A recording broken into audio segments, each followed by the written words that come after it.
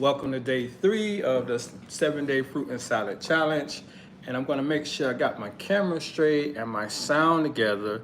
That way when we start, we don't have any technical issues. So if you can see me clearly and you can hear me clearly, put a 1 inside of the chat. That way I can make sure everything is good. And we could dive into day 3 and get going with the continued understanding of our blood pressure issues and what we can do about it. So put a 1 in the chat if you can hear me and see me clearly, and we'll get started in just a moment. And if you have a second device and you're able to pull up your Fruit and Salad Challenge ebook, if you want to follow along with your device, feel free to pull it up. And we're going to pick up exactly where we left off at yesterday in our last class. So I'm going to do a quick recap as well. That way we could just go over some of the things we talked about yesterday and talk about what our primary focus is for today. So yesterday, starting the day 1 and day 2, we spoke about potassium, magnesium, as well as antioxidants, and the role that all these things play and the foods that we can consume when it comes down to helping us regulate our blood pressure. We talked about how to identify these types of mineral deficiencies and understanding like the role that these minerals play, not just for our blood pressure, but for our overall health, because ultimately that's the big picture, just regaining our overall health, improving in all these different areas, because that's ultimately what's going to bring the blood pressure down. So we talked about all those different things. We talked about the potassium, the magnesium, the sodium, the antioxidants. And today we're going to round things off. We're talking about with understanding calcium as well as zinc. And then we're going to talk about supplementations, because the last couple of days I kind of voiced my opinion about supplements, how, I understand the role that they play, but I just didn't agree with them 100% based on the approach. But I feel like it won't be fair if I don't explain to you guys what your supplement options are. Reason being, because I've read the studies and I've seen what supplementation has worked in many different ways. So what I put together for you was a combination of supplements that you can use that's going to help you improve your cardiovascular health, help you on this journey, and help you get control of your blood pressure. But the main thing I want you to take from this is that these are not the answers. That's one thing I try to hit home. Remember that supplementation is not the answer. They can help you, but you have to be able to use them properly and not rely on them or lean on them as a crutch, because you can become dependent on these supplements to help you, and it won't allow you to continue to do the work that you need to do to get to the end goal, which is to be drug-free and off of any medications or supplements completely. So I'm going to give you a list of supplements that's going to be able to help you, but we're going to go ahead and finish through with the rest of our minerals that play a role in the blood pressure. So what I'm doing, I'm scrolling through now, and I'm going to calcium.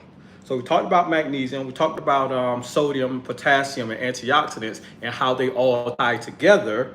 And now we're going to go ahead and go through calcium. That way we can understand these different channels that calcium works through. And then we're going to also do zinc as well. And that will round off our top 5 minerals that control and regulate blood pressure. Now, although there are other vitamins that play a role in this as well, those are the top ones. And when you start eating and incorporating more whole foods into your diet, it gives you a surplus of all these minerals to allow the body to rebuild its deficiencies to correct these blood pressure issues. So we're going to start with calcium, and then we're going to roll from there. If you guys have any questions, again, feel free to drop them inside of the chat. And once we get to that Q&A section, we'll go ahead and talk about, I'll go ahead and answer any questions that you guys have. So calcium, an essential mineral primarily associated with bone health, also plays a role in regulation of blood pressure. While the connection between calcium and high blood pressure is complex, here's an overview of how calcium influences blood pressure levels. Blood vessel constriction. Calcium is involved in muscle contractions, including the muscles that line the blood vessels. Inadequate calcium levels can lead to increased constriction of blood vessels, resulting in a higher blood pressure. Blood clotting. Calcium is necessary for proper blood clotting. However, excessive calcium levels can contribute to the formation of blood clots, which can narrow blood vessels and elevate blood pressure. Number 3, the calcium and vitamin D interaction. Vitamin D helps the body absorb and utilize calcium efficiently. Insufficient vitamin D levels can lead to decreased calcium absorption, potentially impacting blood pressure regulation. Now, when it comes down to calcium and vitamin D, this is one of the pathways that many individuals are dealing with that's contributing to their blood pressure issues. Reason being, a lot of individuals are deficient in vitamin D. And again, vitamin D and calcium works together when it comes down to helping regulate the blood pressure. And think of vitamin D as like a carrier, like a bus. It kind of carries the potassium along with other minerals where it needs to be through this process. And if vitamin D isn't present, the calcium can't get to where it needs to be. And now this starts to create a deficiency. Now, the individuals that may be dealing with a vitamin D deficiency, a lot of times the doctor prescribes them a vitamin D supplement. And we have to understand that a vitamin D supplement and natural vitamin D isn't the same. When I say natural vitamin D, I'm talking about the sun. That's your best source. That's your best source of vitamin D. Taking a pill and getting sunlight every day are two totally different things, because one thing about it is getting out in the sun, it allows for the UV rays from the sun to penetrate your skin and be converted into vitamin D through the different pathways that are needed, because it starts off with sunlight and it goes through so many different mechanical processes on different levels to nourish the body. It starts off with that tingling you feel on your skin when you're out in direct sun. That's the assimilation process. And part of that assimilation process, when the sun hits your skin, you have nitric oxide. Nitric oxide is produced from that layer of sun that's penetrating into the skin. When nitric oxide is produced, those blood vessels start to widen up and the blood flows through a lot smoothly. And now it starts to be converted through many different processes throughout the body. So we have to understand that taking that vitamin D supplement, it's not actually working the same. And then on top of it, your body's not able to utilize it properly. And 9 times out of 10, you just end up excreting more of it out when you're taking a supplement. Whereas if you're outside and you're getting sunlight, enough sunlight each and every day, you're going to allow your body to naturally gain that sunlight and utilize it the way that it's supposed to. And this doesn't take hours and hours of being in the sun. Consistently getting sunlight from anywhere between 15 to 30 minutes per day is the stepping stone of getting you in the right direction. Because what happens is you want to make sure that you get yourself out in the sunlight at the proper times. You don't want to be out in the sun at high noon when the sun is at its highest and it's the most powerful, the strongest, and the rays are more damaging. You want to be in the sunlight at the right times, typically between sunrise and about 10, 11 o'clock, because the sun is still coming up and the UV rays are not as strong and as direct. So between sunrise and 10, 11 o'clock, you're going to get good, gentle sun exposure that you can handle. And when it comes down to the later evening, somewhere between 4 o'clock to sunset, you're going to get the same type of sun. The sun is coming down. It's not as beaming and as direct as it would be. Those are the 2 best times to be out there getting sun exposure, and just exposing your body, exposing your limbs, your legs, even exercising or walking during this time period can enhance your vitamin D levels.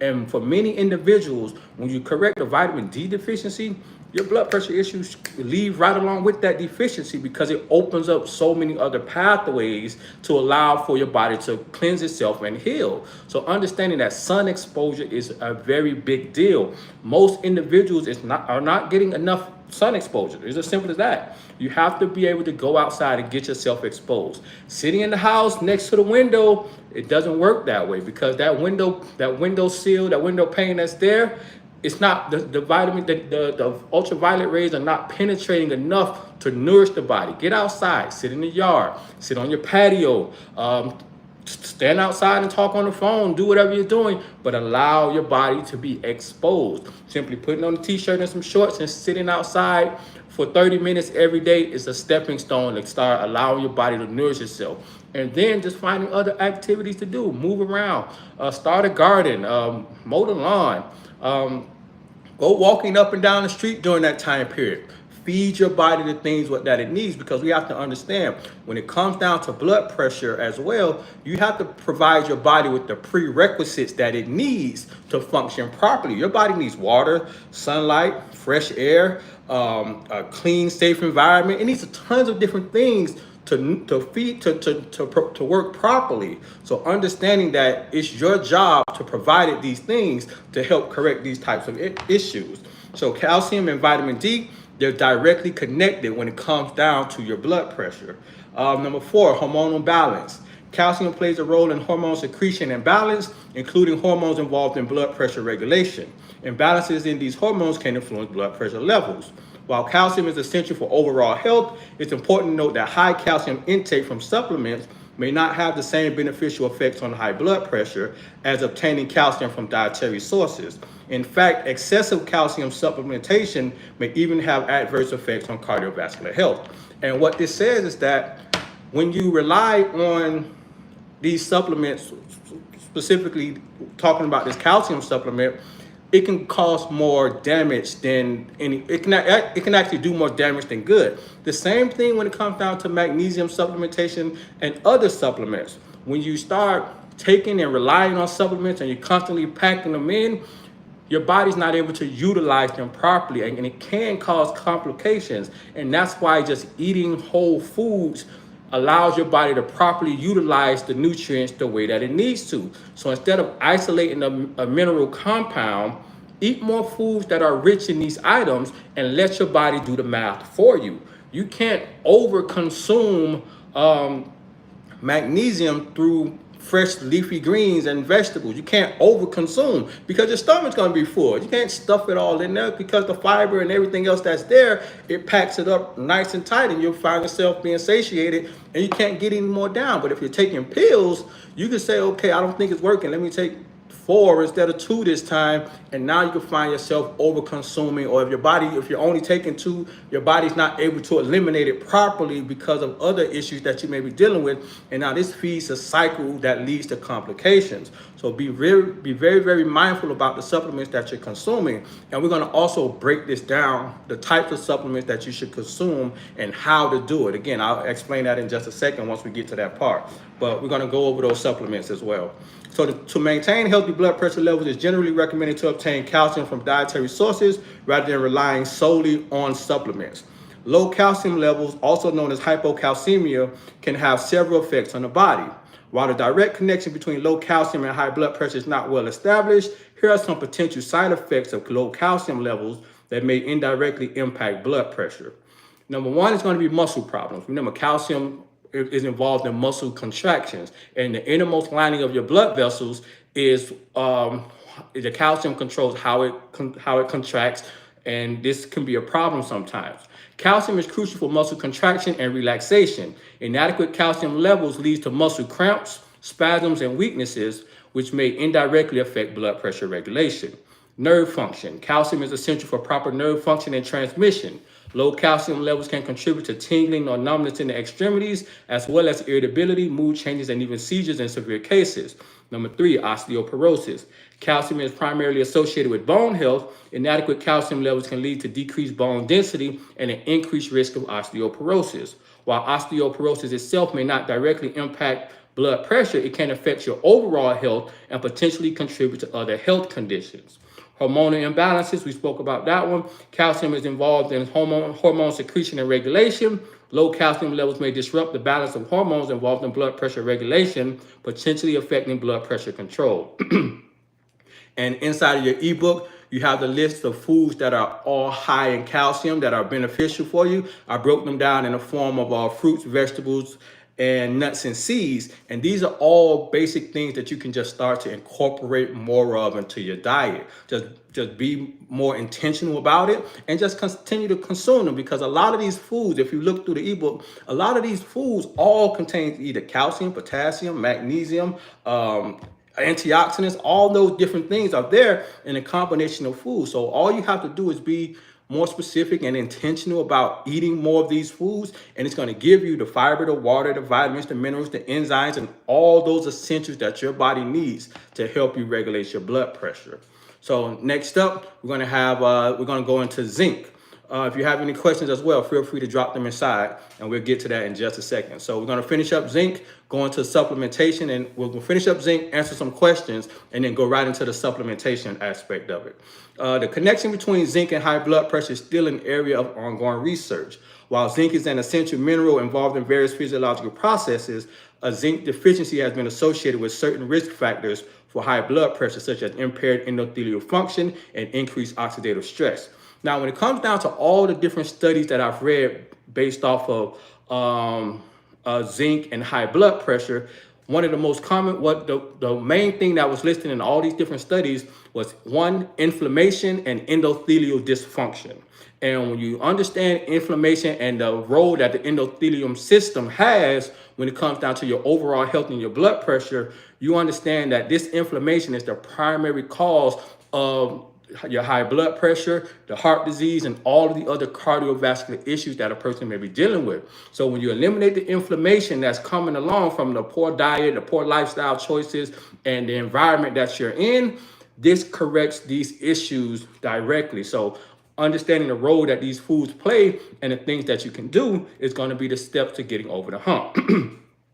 Zinc also plays a role in the metabolism of nitric oxide, a compound that regulates blood vessels tone and blood pressure. Additionally, zinc may indirectly influence blood pressure by affecting other factors like inflammation, insulin sensitivity, and hormonal balance. And going back to nitric oxide, we talked about how nitric oxide is the molecule that the body produces that dilates or widens the blood vessels.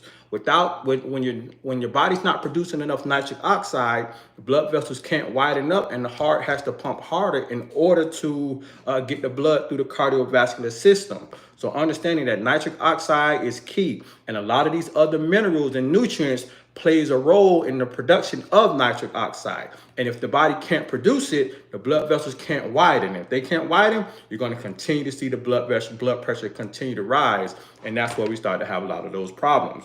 It's important to maintain a balanced and nutritious diet. It's important to maintain a balanced and nutritious diet that includes zinc-rich foods. And we have the list of zinc-rich foods: the fruits, the vegetables, the nuts, and the seeds. All those are broken down in the same categories like that. That way you can understand what foods are high in these items. Now, we're going to answer any questions that you guys might have, and then we're going to dive right into understanding the list of supplements that you can consume that's going to help you better get control of your blood pressure. And I'll also give you that breakdown really quick. So if you got any questions, feel free to drop them in. I'll look over them and we'll see what we got. So here we go. Doing better than yesterday. That 3 to 5 gets to me. The 3 to 5 gets to me, so I do 1. So today you did 3. Okay, that's a starting point. You know, sometimes it could be a little difficult to get 3 to 5 servings of the fresh fruits in. Start where you're at and start to build on it. That's the main thing. Understanding how to gradually progress is going to be the key to getting you to your end goal. So don't let anyone else's testimony or story or logic influence yours. Your story is your story. Your journey is your journey. But starting and building on it is the way you get to the goals that you're trying to get. Here we go. Doing the challenge, but I've been feeling very bloated. What can I do? Actually, that's one of the side effects of dietary changes. And that's not necessarily a bad thing, because what's happening is you got these health promoting foods meeting these other foods that are inside of your system. And now you got, when you have, let's say, think of it this way. You got the good and the bad. And when the good meets the bad, it's always some friction. And ultimately, what's going to happen is the good is going to go ahead and take over and push the bad out. And during this process, you may feel some side effects of bloating. Some individuals might experience diarrhea, fatigue. A number of things can occur, but this is your body responding to the things that you're doing. The best thing you can do is continue to push through the process. You're not going to die. You're not going to pass out. You're not going to just, it's not the end of the world. It's some discomfort. And one thing about it, every time you make a change in your life, there's going to be some type of discomfort that comes along. So understanding the process is going to be how you get through this. understanding that this discomfort may last a day or two, and it's not the end of the road. It's just because you're having these digestive issues doesn't mean you give up on the process. Just see it through, because you know that this is something different that you're not necessarily accustomed to. But allow the changes to take effect and see yourself through this process, understanding your journey and making the adjustments as you go through the process. Now, if you find that maybe, let's say, the leafy greens or something is a little bit too tough on you, massaging them really good and breaking them down before you start to consume your salad is a great way to start the digestive process, because when you start to massage them, it breaks the leaves down, it starts to break down the fiber and the cellulose that's there, and when you chew them and by the time you digest them, it becomes nice and soft, and it's easier on the digestive system and pushes things through. So there's several different techniques that you can use, but the main thing is to see yourself through this process, because those are some of the symptoms and side effects when you're cleansing and pushing things around. Your body hasn't been used to consuming such a large volume of fibrous food, and now when it's happening, your body has to make the adjustments to it. So as long as you're not feeling any serious pain and things like that, push through the process, but see it through. Because a lot of times it usually lasts a day or so. You have a real big bowel movement, and then boom, you find yourself gaining some traction through this process. And this is going to ultimately help you get to the end of your journey. What if you live somewhere where it's not a lot of sunlight?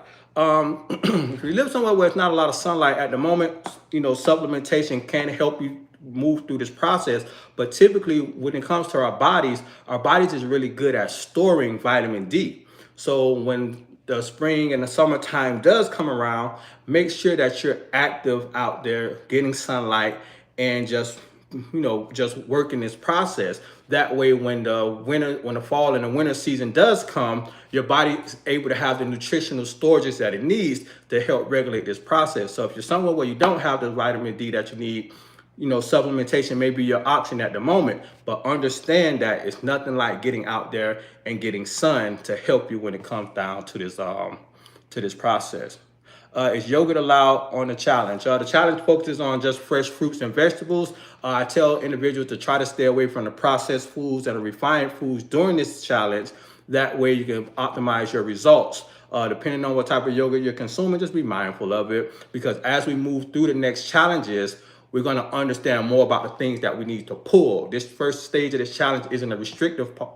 It isn't a restrictive challenge. It's more so about understanding what to add in. But when we move into the pressure purge, we'll talk about what things need to start to pull out to optimize our results and start seeing more results. Because again, our goal is to build on the different tactics and strategies.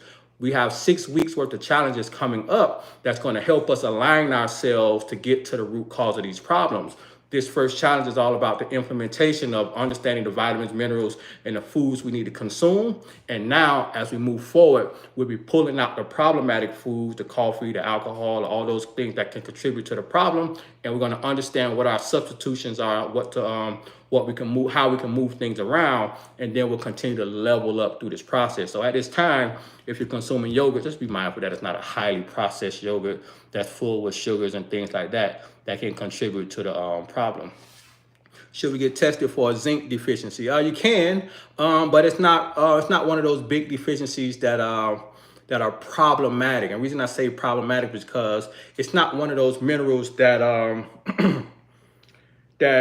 okay, you can simply do a lot of things to help with the zinc deficiency, such as just eating more fresh whole foods, fresh fruits, your berries and leafy greens and things like that. So it's not one of those big things that can it's not that big of a deal to have to look for, because again, it's the potassium and the magnesium deficiencies that are really at the top of the list that are contributing to the blood pressure issues. Now the zinc has a role to play during this process. So I wouldn't say as far as going to check for zinc deficiency, but I'll say more so of just make sure you're eating the whole foods that'll provide your body with everything that it needs to continue to move forward in the right direction. Is there a menu suggestion for breakfast? Well, one of the best things that you could do is start off your day with just fresh fruits and hydrating yourself. That's one of the best things that you can do when it comes to breakfast. The reason I always recommend breakfast for individuals The reason I typically recommend these for individuals dealing with high blood pressure is because it's one of the better options out there. Having fresh fruits, if you want to do some grains like maybe some fresh oatmeal, those are all good options for individuals dealing with blood pressure issues. But anything outside of that, it starts to impact your body's elimination cycle. So having fresh fruits for breakfast or even fasting during this process is a strategy that you can use to help you continue to move forward, because ultimately while you're going through this healing season, you want to make sure you're doing everything within your power to, get to the finish line and reach your goal. And restricting breakfast to just fresh fruits, maybe some oats if you decide to, it's probably going to be one of the better things, or even fasting. That's going to be the best option. Now, there are some other things that you may want to try out if you're not that restrictive, but those are going to be my best suggestions, and it's going to be the easiest because you feel so much better when you when you keep your breakfast nice and light. Loving my salad. The massage method is great. Yeah, I massage all my salads. Okay, if you got any other questions, feel free to drop them in. Is it possible to store too much vitamin D in the body? Nah, the body does a great job of regulating itself the way that it needs to. Your body is a machine. It works. It's an efficient machine. It knows what it needs. It knows what it doesn't need. Again, it started from a small egg and a sperm, and it built you into who you are. Your body knows the do's and don'ts better than you know the do's and don'ts. The main thing you have to do is provide it with the environment that it needs and allow it to tell you what's going on so you can continue to move forward. So now when you do things naturally and you're not relying on outside supplementation or anything outside of yourself, you allow for the body to handle it. But once you start doing things that goes against the natural processes, this is where the complications come from, and that's where you start seeing different problems of having your body being overburdened. Okay, here we go. Boom, boom, boom, boom. All right, cool. So now I'm going to go ahead and dive right into supplementation. Yeah, so cool. So we went through all the different minerals as far as blood pressure. We went through potassium, magnesium, calcium, sodium, zinc. We went through antioxidants. We talked about the vitamin D. That kind of rounds off the spectrum when it comes down to the essentials that plays a role in this process. Now, there are many other enzymes that plays a role, but now we're going to talk about the supplementations. And if you have a pen or something, you definitely want to write this down. That way you can understand what some beginner supplements look like, and I'm going to explain them thoroughly as I can to you. That way you can understand how this process works. So we're going to begin with let's start with magnesium, because this is probably the most popular supplement that everyone hears about. So magnesium, when you look at magnesium, there's tons of different magnesium supplements. Magnesium citrate, glycinate, taurate. It's a lot of them, tons of them. So understanding that all these different types of magnesiums have different roles that they play in the body. They absorb differently, they impact different areas of the body, and it can be very confusing trying to find the right type. Now, before I even dive into it, let me say this again. When it comes down to supplementation, this can assist you on your journey. This isn't a substitution for your medication. This isn't something you can rely on your journey. This is to assist you through this process. And the reason I say that is because you can take supplements. They may not even kick in to 2 to 3 weeks during this process. And then as soon as you stop taking them, you're going to see your body go back to where it was. So understanding that supplements are Band-Aids. I'm giving this list to you for transparency, because I've seen the good that comes from them, but I also seen the bad. But I'm not going to tell you everything that's good without also explaining to you what's on the other side. So I'm putting this all on the table because ultimately it's your decision how you decide to move forward. And my goal is to provide you with the information to make the best decision that you need for yourself to get the results that you desire, okay? So when it comes down to supplementation, magnesium, the best overall type of magnesium is the magnesium glycinate. Reason being is best overall, it helps through many different pathways. It helps through It helps you when it comes down to sleeping. It helps when it comes down to recovery. It helps with blood pressure, cardiovascular health. It helps in a number of ways, even digestion. It helps in a number of different ways. It's the best overall. It's one of the magnesiums that doctors recommend for individuals that are dealing with high blood pressure. So that's the best overall. You got the magnesium citrate, that's for constipation and things like that. But the magnesium glycinate is going to be your best overall. If you want to choose the magnesium supplement, that's going to be the best one that you can consume. The first thing you should always do is probably consult with your doctor to see if you need a magnesium supplement or if you should take one. Most people typically just follow the instructions on the back of the bottle. The bottle is going to tell you the same thing. Consult with your doctor, because what happens is this: if you take a magnesium supplement and you don't necessarily need it, you can experience some side effects, such as heart palpitations, which can be scary because your heart just go to fluttering and you really don't know what's going on. But understanding that, you just want to make sure you be mindful of these different things, because if you're over consuming magnesium, you want to go ahead and you want to eliminate that supplement, or just reduce what you're doing. But understanding how this process works is going to be important. So magnesium glycinate is probably one of the better ones that are there, best overall. There's a magnesium taurate, I might say it wrong, magnesium taurine, one of them, so many of them. This is the one that's specifically for heart health or cardiovascular health, heart health. Same thing. It's one that's specifically there. That's what a lot of doctors recommend as well. This will probably be number 2 on the lineup. Reason being, it's not really that great for your overall, but it's good for the cardiovascular system. So those are 2 options that are available. Just again, be mindful. If you're not too sure, consult with your doctor, follow the instructions. You can go to a GNC, a vitamin shop, or wherever they do have them there. I've seen several different studies that has given some great results with individuals that have taken these types of supplements, and it's helped them lower their blood pressure. But I've also seen where individuals have become reliant on these. And again, after you take these supplements for an extended period of time, your body adjusts to them and they no longer work the same. And eventually, if you haven't been doing the work as far as rebuilding, as far as correcting your lifestyle and improving your health, now you're going to ultimately be left back at point zero, and you're going to be dealing with blood pressure issues and have no idea how to control them. So I highly recommend that if you decide to take supplements on this journey, continue with the lifestyle changes. Doesn't matter how good you see your blood pressure get. Life continues to go on. You need to understand how to just continue to implement this health promoting strategy. And ultimately, the goal should be not to need anything. So hopefully I came across and got that out. I'm gonna keep saying that because, again, I see supplements and understand them. I'm not 100% with them, but I'm willing to give you guys the information to help you as you move forward to make a decision that you feel is right for you. Number 2, coenzyme Q10. This is another mineral that's really, really important when it comes down to all the functions in the body. And the reason it's called coenzyme because it works with all these other enzymes in every different area of the body to help different processes help the body function in different areas. So coenzyme Q10, this is another one that you guys can consume.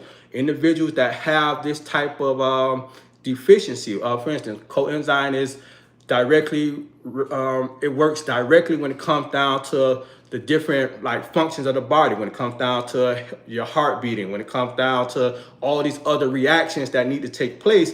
This enzyme is essential, and when it's deficient, it can cause problems. But through all the studies that I've seen with coenzyme Q10, when individuals started consuming this particular supplement, their blood pressure issues got better. And this is one of those supplements it's very easy to consume, doesn't come with a lot of side effects as well. I didn't read much about the side effects that came through there. One thing again, when you take it, it does take some time to kick in. But once you do start taking it, you start to see the benefits throughout your lifestyle in many different areas, because again, it has an impact on so many different things. So having a magnesium supplement as well as a coenzyme Q10 supplement, this can help you as well on these journeys. And the thing about it is you can take them simultaneously together without having any adverse side effects that comes with this. So this is another mineral this is another supplement that can go side by side with this. The next one, or the last one rather, is going to be L-arginine. And this is another mineral that's produced by the body naturally, but the body doesn't produce as much when you're dealing with a deficiency. And when you're consuming this enzyme, this mineral as well, or this vitamin as well, it helps with your cardiovascular health. So you have three different things, three different supplements that helps directly with your cardiovascular system that's going to help you improve your blood pressure. So these are three different types of supplements that can work collectively together, help you improve your blood pressure, help you improve your cardiovascular health, and allow you to continue moving forward on the journey. And again, the main thing I emphasize on this is that this is not a substitution for your medication. You're going to see your blood pressure get better. You might see your blood pressure come down 10, 12 points. That's great.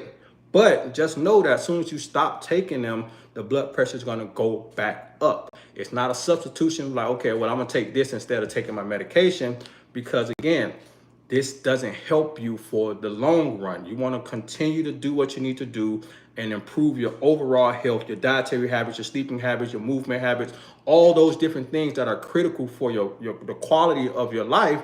And then, work your way from needing blood pressure medications, needing supplementation, and not needing anything. That should be your ultimate goal. So hopefully, you take this information and utilize it properly. When you do get these minerals, make sure that you just continue to read the directions that are there. Find a good quality brand. Do I have any supplements, brands that I recommend? Not really, because I'm not a supplement person. But when you find a good quality brand that's there, you can continue to gain results through this whole process. So hopefully those three help you: L-arginine, coenzyme Q10, and the magnesium. Those are three essentials. When it comes down to everything else, man, just eating whole foods are going to be some of the best things you can do. Fresh fruits, fresh vegetables, the leafy greens, the whole grains, all of those things are filled with the vitamins, the minerals, the enzymes that your body needs. And continuing through this process of just being consistent will allow for your body to hammer away at any issues that's contributing to the blood pressure problem through those different pathways. So the 7-day fruit and salad challenge, the 3 to 5 servings of fresh fruits, the 1 large salad that's designed with the specs that I gave you guys, those are the foundation of the things that you need to continue to add into your diet and your lifestyle as you're on this journey. And again, this 7-day challenge, it's not going to fix your blood pressure problems. It's going to start opening the gate for things to change. And now many people are going to see some great differences, like so far in the group as well.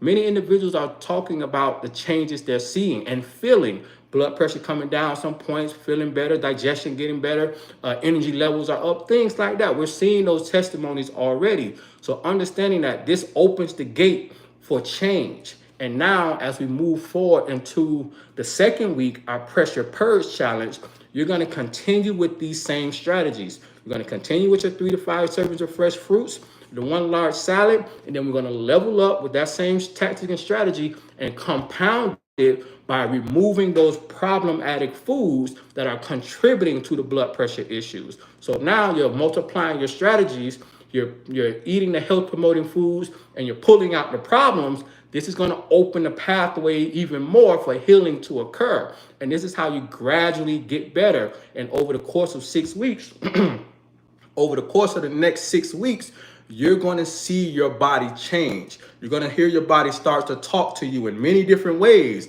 And this is how you continue to respond and make the necessary changes that are in alignment to help you reach your goal. Because ultimately, the goal is to get off of prescription pills, to reduce and eliminate the need for pharmaceutical medications. But you have to be willing to go through the process. Some people see great results and they be like, oh, I'm good.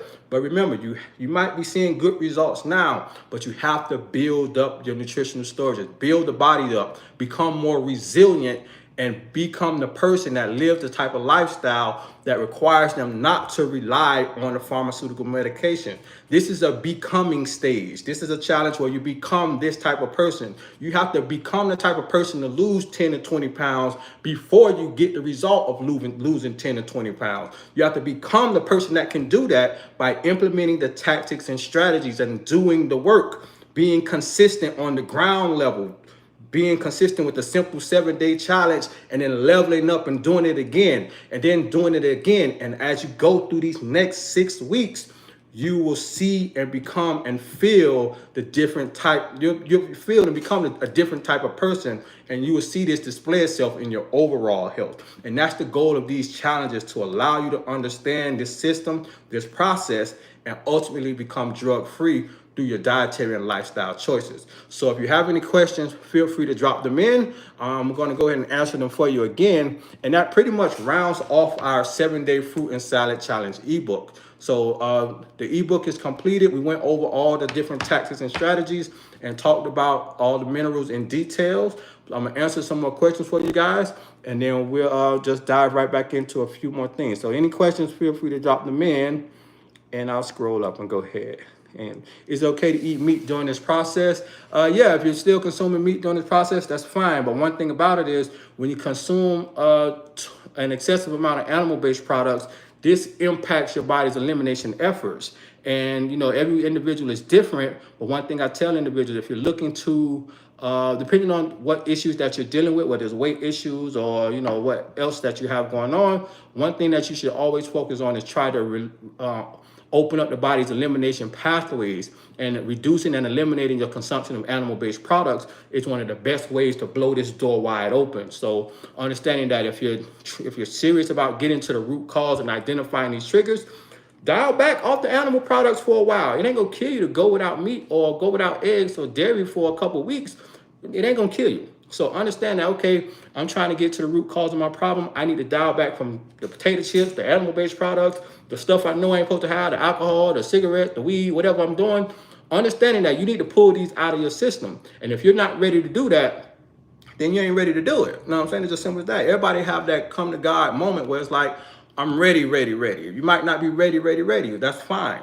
Just be ready before the complications occur, because that's what it's really all about, having a better quality of life. And if you think eating meat and smoking or drinking and all these other habits are more important, then you got your time will come where you make the necessary adjustments. So as you move forward, just understanding what your goals really are. You're trying to solve the problem, or you want to hold on to your favorite food. It's really up to the individual. I can only bring forth information, but it's up for the individual to actually put it together and keep moving forward. Does anemia contribute to high blood pressure? Indirectly, but not really. Indirectly, but it's not one of those direct factors, because when you simply make dietary adjustments, this can help you with the anemia issue that you're dealing with, because most people have enough iron in their body, but they're just not absorbing and utilizing it because of whatever assimilation issue that they're dealing with. So understanding when you make dietary changes and you allow for your body to build itself, and you start doing the health promoting things, exercising more, getting better sleep, this opens up different pathways to allow for this issue to correct itself. So it indirectly contributes to the problem, but making lifestyle changes allows for you to get to the root cause of it and improve and get rid of these issues. What is the best type of kale, Swiss chard, etc. to buy? I'm talking raw versus prepackaged. Great question, actually. I purchased both of them for transparency. Reason being, the package kind of just tends to have more inside of it. But when it comes down to the best version, buying the raw whole version that's not all cut up and prepackaged is always going to be the best. Because once you take a knife and you cut into a plant, now it starts to break down and it starts to decay at whatever level that is at. So understanding once a plant is harvested, it's cut off from its life force, and it has a life expectancy of however long it's going to be. But when it's broken down and finally chopped down, this is where it starts to lose its nutritional value. So if you can find the whole plant, that's always going to be the best option, and organic is always the preferred method, especially with kale and those, because they're part of the dirty dozen. But making sure that it's an organic version and it's a whole plant is going to be the better choices. And when it comes down to the prepackaged ones, they're just as good, but I do notice that they tend to be a little more tougher. The stalks are a lot harder and things like that. But I would definitely say just pick the whole plant. Yeah, it's going to have better nutritional levels, and it's just going to taste better. The quality is going to be a little bit better. So hopefully that answered it for you. Solar Ray is an excellent supplement brand. I'm not too familiar with it, but there's a lot of different things out there. So hopefully you find what you need when it comes down to the supplement. Did you say what fruits help with the elimination process? Pretty much all of them, but you have to understand where you're at as well. So let's say, like for instance, I had this conversation with an individual today that was dealing with blood sugar issues. So if you're dealing with blood sugar issues and you want to still consume fruits, this is where your fresh berries come into play at. Your blueberries, your blackberries, your raspberries, your strawberries, your cherries. Those are all going to be the best types of fruits. When it comes down to just any other individual, just having a selection or variety. Typically, a great fruit selection for me, when they're in season, I like to go for a couple mangoes, maybe 2 mangoes, or I have maybe some grapes or something like that. Or one of the other options I'll do is I go for like what they call a mono diet. And for that morning or whatever that, even if I go the whole day, I'll just consume one particular type of fruit, whether it's a watermelon or just strawberries or berries or whatever berries for the day, just consume an abundance of them. So it's really just about your personal selection, because it's not necessarily one good, one bad, or one better. It's more so of allowing your body to do what it needs to do, because ultimately when your stomach is empty, your body works better. And this is because let's say you wake up in the morning and you decide to have some grits, eggs, sausage, a little bit of bacon, or some toast or what have you. When you have a breakfast like that, it takes your body a lot more to digest everything that you consume. You're talking anywhere between 6 and 8 hours to digest it. So what happens now is all that energy inside of your body is channeled towards your digestive system. The body is focused on breaking this down, digesting it, absorbing it, getting it where it needs to be, and then eliminating it. But when you decide to choose fresh fruits, whether it's blueberries, mangoes, strawberries, what have you, fruits typically take anywhere between 20 and 30 minutes to break down. So now you eat these foods, it gives your body a high quality of vitamins, minerals, fiber, water, enzymes, everything that it needs to help when it comes down to the elimination process. Now the fiber is going to be able to push more things through. The water is going to hydrate the body. The nutrients are going to nourish the cells and do all those other great things. And then the stomach is going to be nice and clear in 20, 30 minutes. So now instead of your body focusing its energy on digestion, you got better brain function, because now you can think clearly. You don't have to worry about digestion. You have more energy to run around and go exercise this morning because your body's not focusing on digestion. You have energy to go in all these different places. So it's really just more so about eating more of what you like to eat. Start figuring out how you feel during this process and let your body talk to you. You know, I say that quite often, hearing and listening to your body language, but this is one of the biggest things. I can't tell you how to heal or how to feel during the process. I can guide you along the path, but your body's going to tell you everything. But you must be willing to do the things and allow yourself to listen to it. You're going to see where you slept better that night before. You're going to see where you had more energy throughout the day. But part of the process is documenting the journey and just writing things down. And as you review yourself and look at the things you've been doing, the strategies and tactics you're applying, you'll see the trends of what made you feel better, what made you feel bad, where you might have relapsed at, or where you excelled at. You see where you excelled, do more of those things. You see where you came up short at, do less of those things. And this is going to put you on the right side of the spectrum when it comes to healing your body and correcting these internal issues. So it's more so just incorporating what you like and following the right strategy. Again, my favorite strategy for breakfast is simply having some fresh fruits, or even just foregoing it with the fast. That's some of the best things that you could do, because fasting is going to help you on many different levels. And we're going to have that healing fast challenge for week 3. And this is going to help you understand how to apply fasting for healing. We talk about different fasting strategies, whether it's a water only fast, intermittent fasting, alternate day fasting, you name it. We're going to go all through those things. That way you can figure out where you fall at with applying a fasting strategy to your healing process. Because fasting not only just helps with blood pressure, it helps with your overall health. We're talking about your weight, your blood pressure, your blood sugar levels, your cholesterol levels. All these things are impacted by just simply applying fasting to your lifestyle. And that's part of one of the challenges that we're going to be doing, the Healing Fast Challenge. I can't wait for that one, because that's always a good one. So any other questions, drop them in. Is it normal to crave salty things? Yes, very normal. Typically these cravings, they take anywhere between a week to 21 days for some individuals, depending on how perverted your taste buds are, to actually go away. You don't naturally want or crave salty things, but you built up this tolerance to have them. So when you're making the dietary adjustments, giving health promoting foods, though that gut bacteria that's in there, the microbiome, it craves the salty and the sweet and all these other type of processed foods and things like that. It craves that. So you think that you want it mentally, but it's really your body, the bacteria, the bad bacteria that's down there that's sending these signals, because the gut brain axis is directly connected. And what happens is you start to feel like you want these things, but these are just cravings. Making sure you're doing the things necessary to overcome them is part of the challenge as well. If you're craving something sweet, make sure that you just have some fresh fruits, or maybe some dried fruits that may be a little bit sweeter, things like that. If you're craving something salty, you might even want to step it up and do some type of like a mono fast or a mono diet for a day or two. This will help you get through this process a lot faster. So there's a number of things that you can do that can help you through this. And this will allow you to overcome some of those challenges, because a lot of times we have these cravings and we want something sweet, something salty. We want some carbs or something like that. And then we kind of just give in real quick and be like, oh yeah, I'm gonna just have this little bit. And then we throw ourselves off. But having the right tactic and strategy will allow you on your journey when it comes down to correcting these types of issues. Any other questions, feel free to drop them in. I love a breakfast of blueberries, strawberries, blackberries, very refreshing. The fruits are definitely easier on the digestion. Eating apples. Yeah, apples are great as well.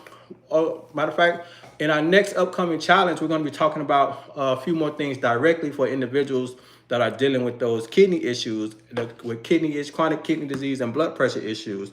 Because, for those individuals, the fruit and salad challenge, it increases your potassium levels, and that can be one of the restrictions that they're dealing with. But on the pressure purge challenge, we're going to be talking about some of those substitutions and some of the things that they can implement that will help them when they're dealing with these chronic kidney issues. So we're going to be talking about those things directly. And to tie in, the apples are one of those foods as well that are really, really beneficial in many different areas. It's lower in potassium, but it's loaded with tons of other things that can help you when it comes down to your overall health. This is great information. I'm writing down what I ate. I can see the improvement. That's what it's all about. Just write down, document your journey as best as you can, and document your improvements. Watch the trends. You start to see your weight is here, your blood pressure is here. A couple of days, you start to see it start to come down. Then before you know it, you're going to see these big leaps. And those things are going to be where the game changes, because you're like, wow, this week I lost 7 pounds. My blood pressure is down. The next week you lost another 7 pounds. Then you start to see those big changes. And trust me, I've been doing this for the last couple of years, and we've been seeing it in many individuals coming off of medication, losing 30 pounds, 40 pounds, 50 pounds. All these things have been happening right inside of our own group. So make sure that you're documenting your journey, taking your pictures, uploading them in a group, talking about your experiences, because we're all there dealing with the same things, same issues. The better your communication is, the more support you have. This is going to allow you to continue to show up and be present for yourself. Because when it comes to lifestyle changes, these are some of the hardest changes to make. You're changing habits that you've had for the last 20, 30, 40 years. So these are difficult. So you need to be in an environment that's going to allow you to foster change and hold you accountable. And this is where most people struggle. They don't have that support. And this is why I created the blood pressure group. This is why I'm doing these types of challenges. That way you can have the support. All you got to do is show up, click the button, get on YouTube and say, hey, I'm here. Let me watch for an hour and see what's going on so I can continue to apply these tactics and strategies. And again, everybody's journey looks different. But the main thing is to show up for yourself, because I can't do it for you. No one else can do it for you. Change happens when you decide to make a choice. When you make the choice that you want to get better and get off of pharmaceutical medication, then the change will start occurring once you started doing the work. But this is the being stage. We're becoming that type of person. And as we continue to get better, we'll see the results, and then we'll ultimately reach the goal that we desire. When is the latest time to eat dinner? I say 8 o'clock. The reason I say 8 o'clock is you want to bring balance to your eating and fasting window. What I mean by that, you got 24 hours in a day. If you stop eating at 8 o'clock and eat again if you stop eating at 8 and eat again at 8, you got 12 hours in between time. You got 12 hours from 8 a.m. to 8 p.m. to eat all the food that you want. Then from 8 p.m. to 8 a.m., you got 12 hours to rest it off, burn it off, and allow your body to continue its cleansing cycle. What happens for most individuals, we're up eating at 8 o'clock, 9 o'clock, 10 o'clock, 11 o'clock, 12 o'clock, maybe 1 o'clock for some people. And now your body is constantly getting spikes in insulin, and insulin is a storage hormone. So when you're eating and you're not necessarily moving your body, let's say you're just watching TV and you're eating, your body breaks all that down and like, well, I'm gonna put these potato chips. I can't burn them off. Let me just shove some right here or shove some there, or shove a little bit more there and store these right there. And then over the course of a year, you're like, dang, I gained 10 pounds, I gained 20 pounds this year. And that's because, you know, you're part of the cycle is you eating these foods or eating late and you're not able to burn these things off. So cutting off at 8 o'clock it brings balance to your eating and fasting window. 12 hours to burn things off, 12 hours to nourish yourself. And this balance allows for your body to at least balance things out. And then when you apply some more fasting, you get 16 hours of burning and cleansing and 8 hours of eating. And then you could continue to increase your fasting window and more healing and rejuvenation starts to occur during this process. And we'll get deeper into that during the Healing Fast Challenge. But yeah, 8 o'clock is a good cutoff time for most individuals. Think about it. Back in the 50s and 60s, looking at all the different studies from then, dinner time was 8 o'clock and that was it. You ate maybe once or twice, ate breakfast or ate when you got back home, 1 or 2 meals. There wasn't no snacking, no vending machines and all these other things going on. You ate it in the morning before you left, ate when you got back. After dinner time, that night was it. Wasn't it? You might have had some water or something like that. But that was pretty much it when you look at all the studies. But once those things changed and food became more commercialized and easily accessible in the convenience stores and all these different places, people just eat all day. And then you didn't have to cook food because now food comes in a box. You can just simply grab a box or whatever and eat it. And back in the days, it wasn't that available and we didn't see these chronic issues that we see now. So, you know, applying some balance to your eating and fasting windows is one of the best things that you can do. Let's see. How do you know if it's the medication or your healthy diet that has your blood pressure in check? Easy. Think of it this way. If you rely on pharmaceutical medications, and I'm pretty sure many people in the chat can attest to this. When you take let's say you take a diuretic, they say, oh, you got high blood pressure, I'm gonna prescribe you a diuretic, give you a diuretic, boom, you start taking this water pill. Eventually, what's gonna happen is you're gonna take the water pill, you're gonna see your blood pressure come down, it's gonna control and regulate that number through various pathways. That's what it's supposed to do. It's gonna work, it's gonna bring the number down, but that's what drugs do. They manage and manipulate the number in the body by forcing the body to do different things. You take this diuretic, it brings the blood pressure down by eliminating excess water and eliminating excess sodium that can be contributing to the problem.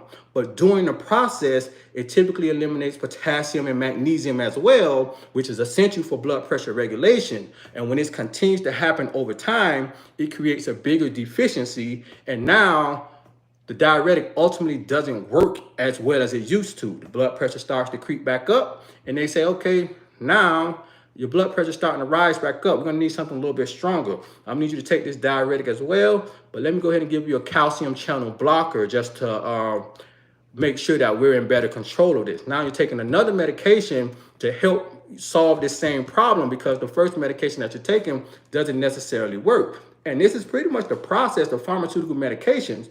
You take blood pressure medications, there's individuals that have been on blood pressure medications for 5 years, 10 years, 20 plus years, and they're still on them because they're relying solely on them drugs to actually do the job, where the drug is only managing the condition. But when you make lifestyle changes and you start living in a health promoting manner, what happens is you start doing the things that are in alignment with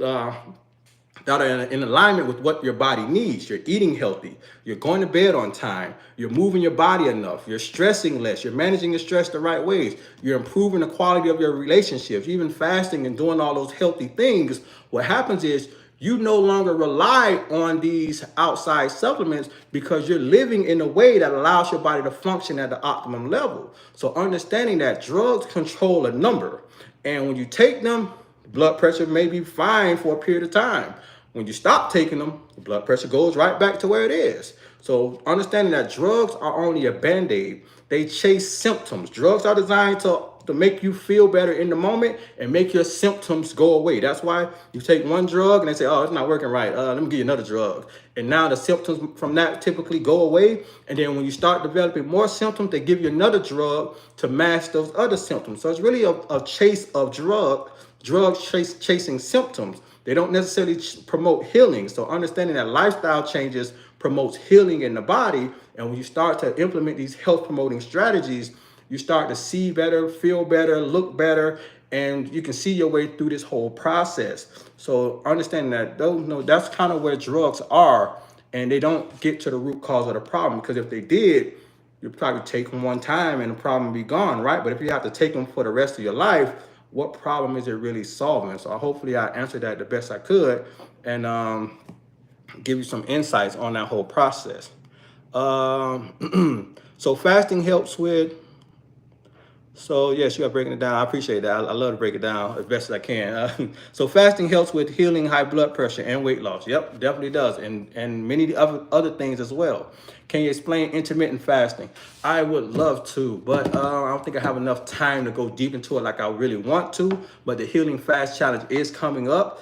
It's our third challenge out of the 6 that we're having. And I would definitely say join that one. I'll make sure I provide you with all those different tools that you need to understand the fasting strategies that's going to work for you during this process. So trust me, during the next 6 weeks, we're locking in on understanding the ins and outs, not just the talk of things, but you're going to understand the strategies that you need as well. This is where it's really at. Not only just teaching you about the problem, but also training you on what you can do. Because once you understand the training mechanisms and how to make the adjustments, now it's all about implementing it and seeing the results. And I'm not telling you to go out and take anything. I'm not telling you to buy this or buy that. I haven't sold you anything the whole time.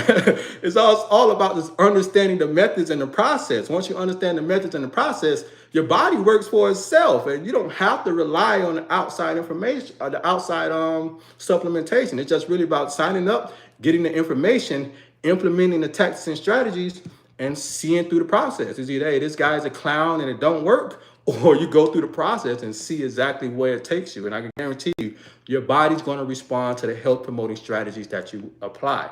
Your body, only thing your body needs is this healthy environment. If you eliminate the problems and put your body in this health promoting environment, it's going to thrive to get better. Every cell in your body wants to live. Every cell in your body wants to be the best version that it can be. But you got to create the environment for this process to happen. And that's what these challenges are all about. I'm actually starting to crave fresh fruits and veggies. I used to hate eating raw veggies. That's part of the diet, those changes. Once you start making those adjustments, you start to feel better. And once you start feeling better, you don't really want to go back to feeling all lethargic and sluggish and just off your game. So understanding that's part of the process. And for some people, it takes a little bit extra to get over that hump, but trust me, it comes. And when it comes, it hits you and you're ready to go. Trust me, it's one of those things. Here we go. Let's see. Glad you joined the challenge. I'm definitely glad you showed up too, because again, you're showing up for yourself. Those are going to be some of the best things, and no one can show up for you. If you show up for yourself, this is going to allow you to become the best version of yourself. So I'm definitely proud of everyone that showed up, everyone that's showing and posting the pictures inside of the group chats, because again, this is how you build that consistency, just showing up, following through the process. When you document your journey, you understand where you're at and you can see where you're going, and it doesn't take too much time to get there. So again, I appreciate all you guys for tuning in. What I'm going to do as well, let me go back over this real quick. We just finished up the fruit and salad ebook. Typically it takes anywhere between 4 and 5 days. We got it done in 3. Oh, this is my cat too. We got it done in 4 or 5 days. It typically takes 4 to 5 days to get through it. We actually got through it in 3 days, which is a great thing.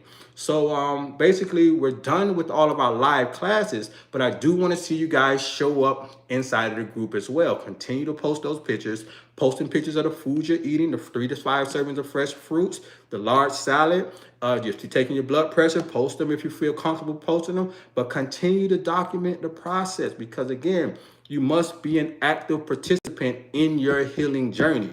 You can't just be on the sideline watching everybody else win and be like, okay, I'm just doing my thing and I'm watching this and watching that. No, get in the game, play. Because again, when you play in the game, you start to experience and see things. You get more. When you get more experience, you get better. When you get better, you start understanding more and put yourself in better situations. And then when those problem situations do arise, or somebody brings something you know you're not supposed to have, you start to reflect like, man, I'm on this challenge, and this guy just brought all this peace in here.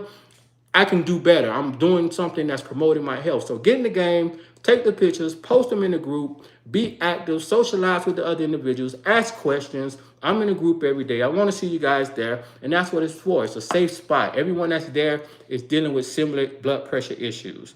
And the only way to get to the root cause of the problem is by creating an environment of individuals that can support each other and see our ways through this whole process. So I appreciate all you guys for tuning in. And I can say this definitely rounds off the 7-day fruit and salad challenge. And look for the email for the next upcoming challenge, the pressure purge challenge. And I'll be talking about that more, but continue to make sure you show up and do what you need to do. This shirt is for sale. I do have a link posted in the group. I'll make sure I post another link for everything for you guys if you're interested in buying a healthy eating, active living shirt. And other than that, thank you guys for tuning in. Peace and blessings, and I'll see you in the next challenge.